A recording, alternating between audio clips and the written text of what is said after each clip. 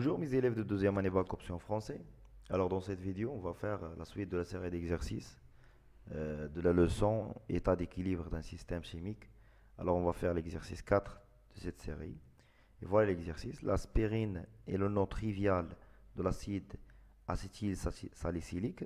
Un comprimé d'aspirine comporte 325 mg de cet acide. Pour simplifier, on symbolise l'acide par HA et sa base conjuguée par A-.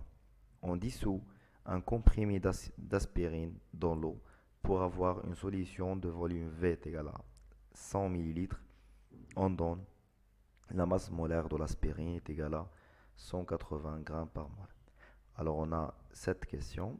La première question, c'est écrire l'équation de la réaction entre l'acide et l'eau, c'est-à-dire l'acide acétylsalicylique et H2O. Deuxième question, déterminer la quantité de matière initiale de l'aspirine et la concentration molaire de la solution.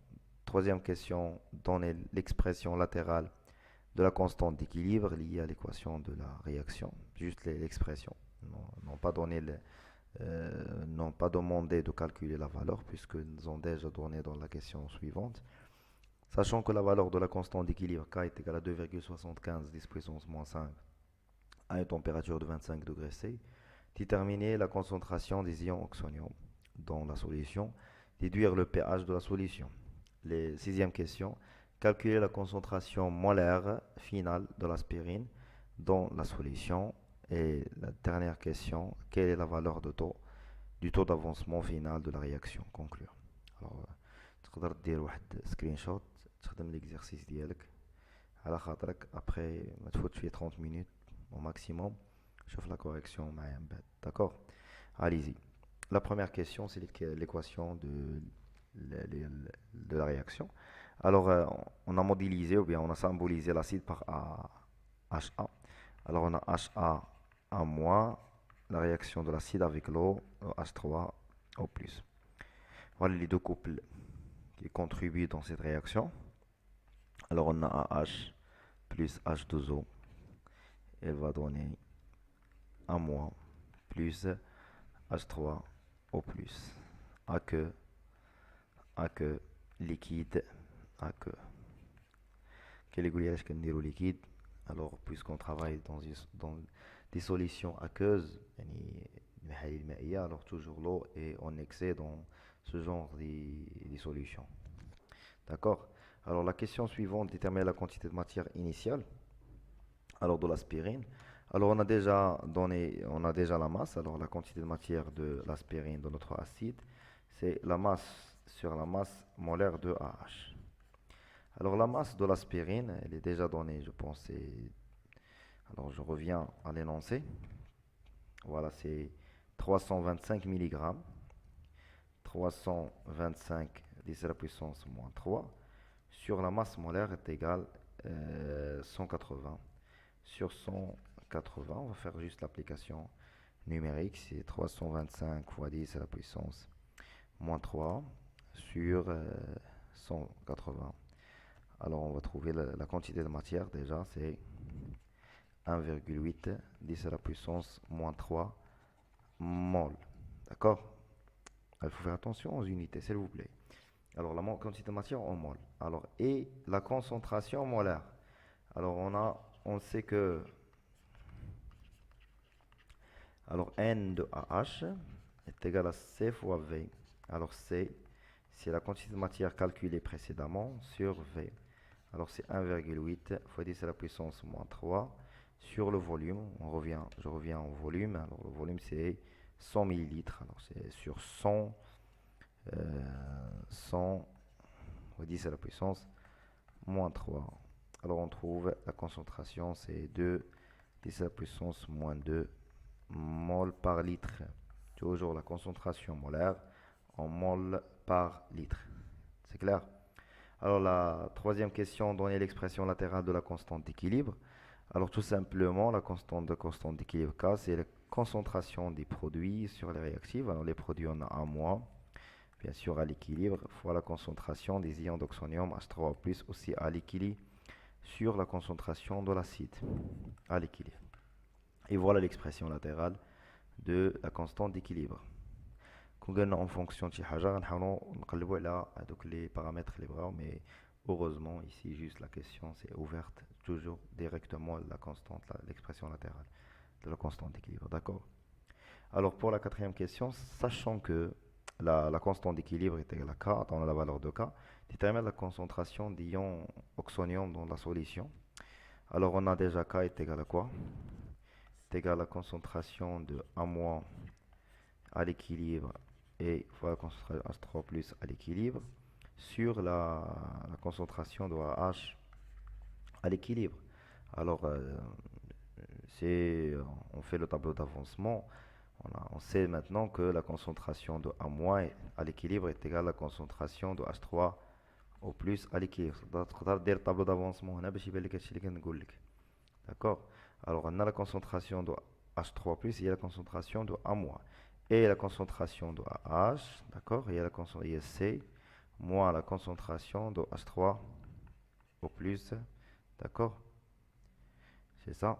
Alors علاش C moins la concentration de H3 plus, حين déjà غنلقاو ان AH la quantité de matière ديالها هي CV moins X à l'équilibre. X à l'équilibre, il y a la concentration de H3 plus, il faut ajouter ici équilibre, à l'équilibre fois V. La quantité de matière, il y a la concentration de AH fois V est égal à CV fois moins J. V مع V مع V, وغتلقى لي هاد l'expression اللي كتبت لكم هنا. C'est clair? Alors maintenant, on va déroger à la constante d'équilibre ديالي, on va remplacer chaque concentration de l'expression اللي لقيت. هنا عندنا H3 plus au carré, on a C moins H3 au plus à l'équilibre, à l'équilibre. Alors, quand on a une équation, on a la valeur de K, on a la valeur de C, on a un seul connu, c'est la concentration des ions oxonium. On a une équation de deuxième ordre, il y a KC moins K, la concentration de H3 au plus à l'équilibre, est égale à la concentration de H3 au plus à l'équilibre au carré. Alors, l'autre côté, je viens de H3 plus à l'équilibre, plus K H3 au plus à l'équilibre, moins KC est égal à 0. D'abord, ça marche. Attendez, une équation de deuxième ordre, au carré. D'accord? X carré plus AX carré plus BX plus C est égal à 0. Ça marche. Tu as l'équation de deuxième ordre. Puisque la solution, on va dire delta. Ça marche. On va la partie là. Alors, on va calculer delta de cette équation. Alors, delta, tout simplement, c'est quoi? C'est B au carré moins 4AC. Alors, B, c'est quoi? C'est K. C'est K au carré moins 4AC moins 4A. A, c'est A. C, c'est moins K. Moins KC. D'accord? Alors, delta, on a déjà la valeur de K. Alors, K, c'est 2,75 10 à la puissance moins 5 plus 4 fois 2,765 10 à la puissance moins 5 fois la concentration C, on a 2 à la puissance moins 2. Ça fait le delta. Alors, delta, la valeur d'ILA presque 2,2 10 à la puissance moins 6, qui est supérieur à 0. Alors, toujours, on a deux solutions. Alors, la solution positive, la négative. Alors, directement la solution positive. Ça marche. Alors, déjà, la concentration de H3 plus est égale à moins B, c'est moins K, plus racine de delta sur 2A. Les A, on a déjà égal à 1. Et la deuxième solution, je vous dis 1, H3 plus, est égal à moins K, moins racine de delta, sur 2. Alors, on a K, on a delta, la valeur de K est 2, 10 puissance 2,75, 10 puissance moins 5, au delta, il est d'abord. Alors, on a deux solutions, une positive, une négative. Alors, la valeur positive d'ILI, ça marche. Alors, je pense qu'on va trouver la concentration de... On va chercher la concentration de concentration positive. تخرج لي وحده هنا وحده فيهم بوزيتيف وحده فيهم نيجاتيف, غناخذوا حنا لا فالور بوزيتيف. ça marche. الوغ غنحسب هادي غنلقاها هادي فيها موان مع الموان, يعني اوتوماتيكمون هادي غتكون نيجاتيف. كالكيليو هادي. الوغ H3 plus à l'équilibre غتخرج ليا après l'application numérique تقريبا 7,27 10 à la puissance moins 4, je pense. D'accord?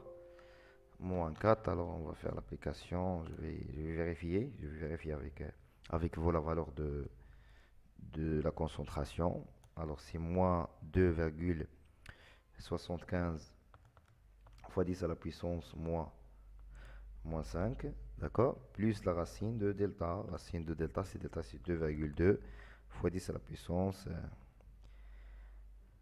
fois 10 à la puissance moins 6. D'accord. Alors tout ça est divisé par 2. Divisé par 2. Très bien, j'ai trouvé la même valeur, c'est 7, presque 60, 7,27. Alors je vais majorer 28 10 à la puissance moins 4 mol par litre. Et voilà, d'après l'expression de la constante d'équilibre, j'ai arrivé de trouver la concentration des ions oxonium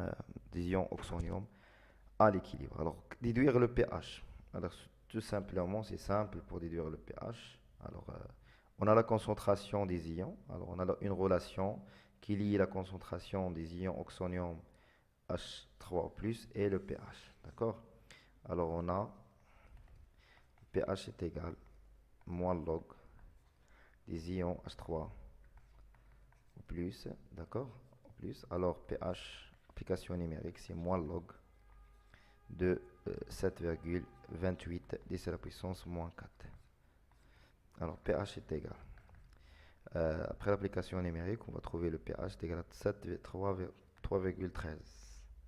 Voilà le pH de la solution. À l'équilibre, bien sûr. D'accord? Alors, passons maintenant à la question suivante. Calculer la concentration molaire finale de l'aspirine.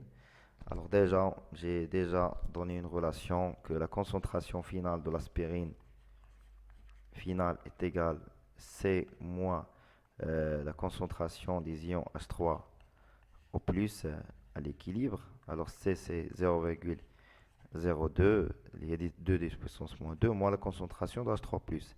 C'est 7,28 10 à la puissance.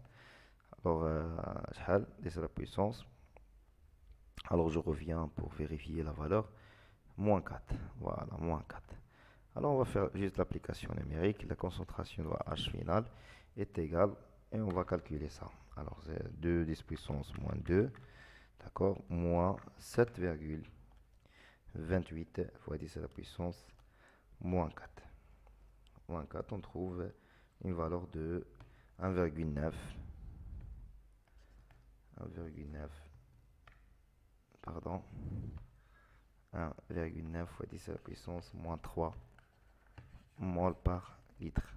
Ou bien 2 si on majore 2 10 puissance moins 3 mol par litre. C'est la concentration molaire finale de l'aspirine. C'est clair? Voilà, on passons maintenant à la dernière question qui est la valeur de taux d'avancement final. Alors, taux d'avancement, d'après la définition, c'est X équilibre sur X max. Alors déjà, c'est la concentration de H3 plus à l'équilibre fois V sur X max, c'est C fois V. On va simplifier V avec V. On va remplacer juste la concentration. Alors ici, c'est la concentration des ions oxonium à l'équilibre sur C. Alors C, c'est 2 10 puissance moins 2. Et la concentration de H3+, c'est 7,28 fois 10 à la puissance moins 4. Voilà, on va calculer maintenant le taux d'avancement.